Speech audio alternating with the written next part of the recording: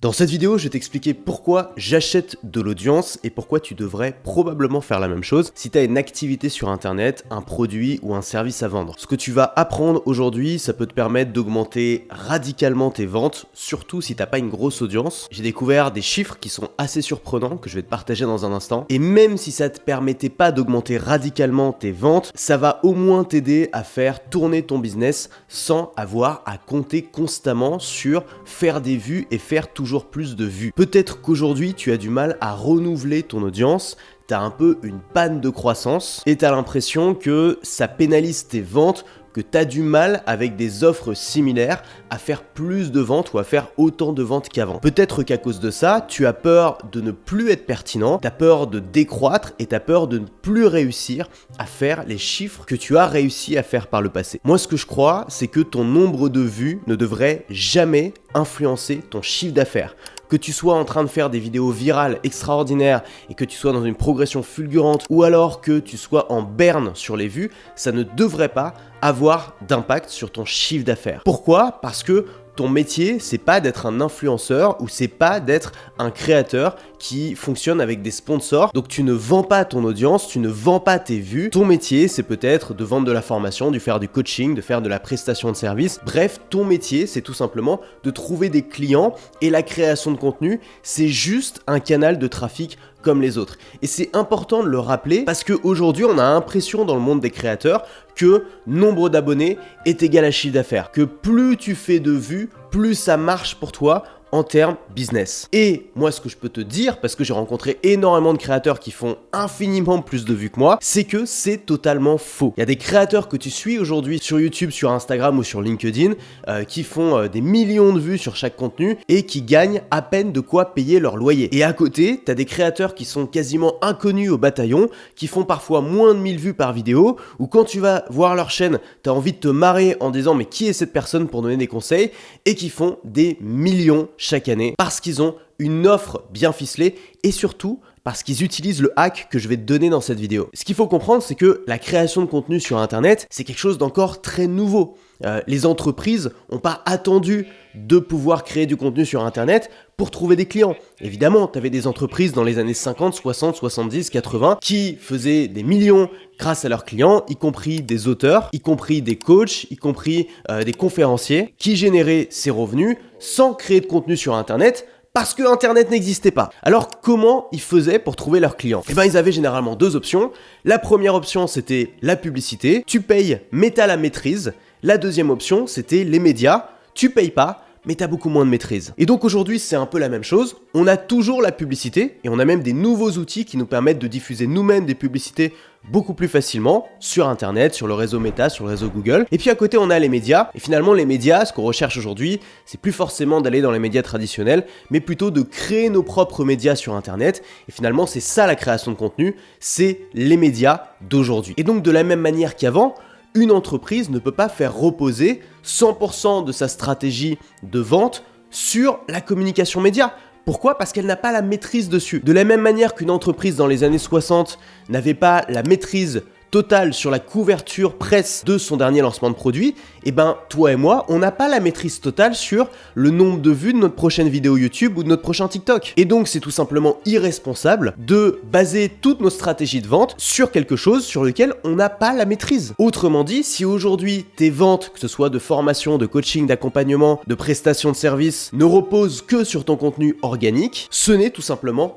pas raisonnable. Et tu passes à côté d'une grosse partie de ton chiffre d'affaires. Ce que je voudrais te montrer, c'est des graphiques qui sont issus de mes propres chiffres de vente. On a étudié les achats d'à peu près 2000 clients, on a dû faire ça autour de 2021-2022, et on s'est aperçu d'un truc assez dingue, c'est que plus les gens t'ont découvert récemment, plus ils achètent. Le graphique que tu vois ici, c'est le nombre de ventes en fonction de la longévité du client. Donc ce qu'on s'aperçoit, c'est que le plus gros des ventes est généré au mois 0, c'est-à-dire pendant le premier mois où la personne m'a découvert. Dès le deuxième mois, on perd déjà quasiment la moitié des ventes et le troisième mois, on perd encore quasiment la moitié des ventes. Si on va un peu plus loin, on s'aperçoit qu'au bout de 12 mois, d'un an, on ne fait quasiment plus aucune vente et donc on a globalement perdu notre client. Je t'avoue que quand on a découvert les chiffres de ce graphique, on était assez choqués parce qu'on pensait réellement que plus nos clients étaient anciens, plus ils achetaient. Et c'est vrai pour les fans, c'est vrai. On a des gens qui sont chez moi depuis 5 ans, parfois plus, qui achètent toutes mes formations, qui ont dépensé des milliers d'euros chez moi et qui sont des clients hyper fidèles. Mais ces gens-là, ils représentent qu'une toute petite fraction de mes ventes finalement. Et en fait, le plus gros de mes ventes, il est généré par les nouveaux clients qui m'ont découvert récemment et qui ont commencé à acheter. Et en fait, quand j'ai compris ça, j'ai compris un truc très important, c'est que l'acquisition, c'était le nerf de la guerre. Si j'arrêtais de renouveler mon audience, si j'arrêtais d'avoir de nouveaux clients, c'était très difficile de maintenir un bon niveau de chiffre d'affaires. Et c'est pour ça que les meilleurs niveaux de chiffre d'affaires, ça a été souvent quand j'étais en grosse croissance organique, notamment par exemple quand je me suis lancé sur Instagram en 2022, que j'ai fait des très gros chiffres de vues sur Instagram et que j'ai eu beaucoup de nouveaux entrants. Sauf que comme on l'a dit, c'est dangereux de se reposer sur un média sur lequel tu n'as pas le contrôle. Et donc c'est important d'avoir un deuxième canal d'acquisition sur lequel tu as 100% de la maîtrise, et ce canal d'acquisition, c'est la publicité. La publicité, c'est un booster pour ton business, et si tu n'en as jamais fait et qu'aujourd'hui tu as une offre qui marche, probablement que tu passes à côté d'une grosse partie de ton chiffre d'affaires, et au moment où tu vas commencer à en faire, tu vas avoir des résultats qui vont te choquer. Tu vas te dire mais pourquoi est-ce que je ne l'ai pas fait avant? Donc moi aujourd'hui je diffuse entre 10 et 20 000 euros de publicité tous les mois. Ça peut paraître beaucoup mais ça reste rentable. En 2023 j'ai généré 393 316 euros avec la publicité Google, soit plus de 400% de retour sur investissement. L'idée, tu l'as compris, c'est pas d'acheter des abonnés. Le meilleur moyen de faire des vues sur YouTube ou ailleurs, c'est de faire des bonnes vidéos, il n'y a pas de secret. L'idée, c'est plutôt de payer pour toucher directement des gens qui vont être intéressés par mon produit.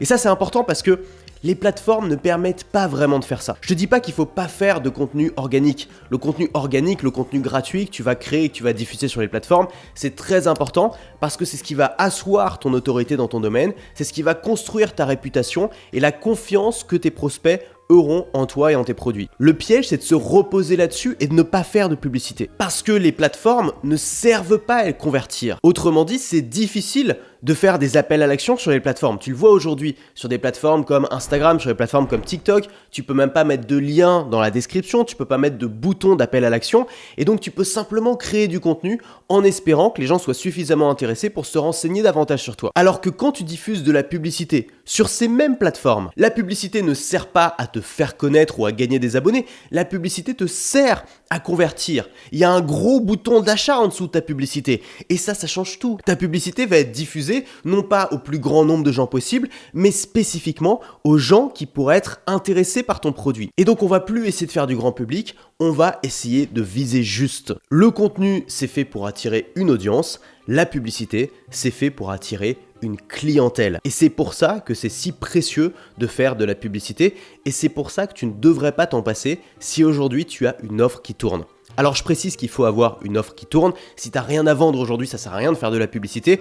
Et la pire chose à faire, c'est de faire de la publicité pour tes contenus ou de booster tes publications Instagram. Ça, c'est vraiment un scam, littéralement, de la part d'Instagram. Ils le savent très bien. Personne gagne d'argent avec ça. C'est juste un ego boost que tu achètes quand tu appuies sur ce bouton. Alors tu dis peut-être, ok Antoine, la publicité c'est cool, mais je sais pas faire. Ça a l'air cher, ça a l'air compliqué, il faut investir de l'argent, je sais pas si je vais avoir un retour sur investissement. Et peut-être que t'as pas l'habitude de payer pour de l'audience et que tu dis mais voilà, c'est pas mon boulot, moi je suis créateur de contenu, je vois pas pourquoi je vais commencer à forcer les gens à voir ma tête. Alors déjà, c'est pas forcément cher, tu peux commencer à diffuser des publicités pour seulement quelques euros par jour. C'est pas forcément compliqué non plus. Aujourd'hui, même si les interfaces pour diffuser des publicités ressemblent un peu à des usines à gaz, on peut un petit peu naviguer à l'intérieur et diffuser des pubs sans trop de difficultés. Si c'est pas rentable, tu peux les couper tout de suite, mais t'as dû te rendre compte, la plupart des publicités que tu vois, elles sont médiocres. Si les gens les diffusent, c'est parce que c'est pas très difficile de faire des publicités qui sont rentables à partir du moment où t'as une offre qui convertit derrière. Et puis si t'as pas l'habitude de payer pour de l'audience, la bonne nouvelle, c'est que tu vas pas payer pour de l'audience. Tu vas payer pour mettre le bon message en face des clients potentiels. Tu vas bypasser l'audience. D'un côté, tu vas construire ton audience sur les plateformes et de l'autre côté, tu vas trouver des clients directement grâce à tes publicités. Ce que je te propose, si t'as jamais fait de pub et que ça t'intimide, mais que t'es curieux et que t'as envie de lancer ta première pub, c'est de suivre cette vidéo gratuite que j'ai créée pour toi, qui dure 29 minutes, dans laquelle je filme mon écran et je te montre toutes les étapes pour créer et diffuser une publicité vidéo sur Instagram et sur Facebook, même si tu pars de zéro, que tu as un petit budget et que tu l'as jamais fait. Je vais te prendre par la main, je vais le faire avec toi pour que tu sois autonome et que tu puisses commencer à encaisser tes premiers paiements peut-être avant la fin de la semaine. Pour accéder à cette vidéo gratuite, clique sur le premier lien en description, entre ton mail et je t'envoie ça tout de suite. Et nous on se retrouve de l'autre côté.